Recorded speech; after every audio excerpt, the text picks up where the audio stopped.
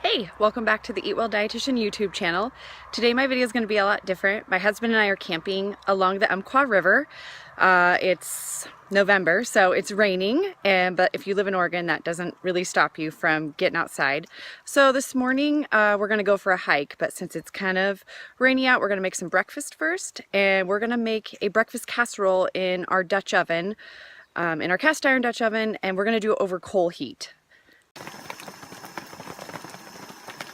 So I've got the ingredients here for our breakfast casserole. We're cheating this morning and using some shredded hash browns, but I really was excited about these because the only ingredient in them is the potatoes. There's no other additives, so that's an easy way to make a casserole. And then we're gonna put some greens in, some tomatoes, peppers, and avocado.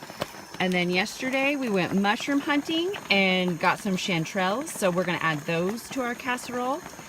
And then I have to make sure that this lantern is in my little video because my husband just started collecting them and he wanted to make sure that everybody got to see it.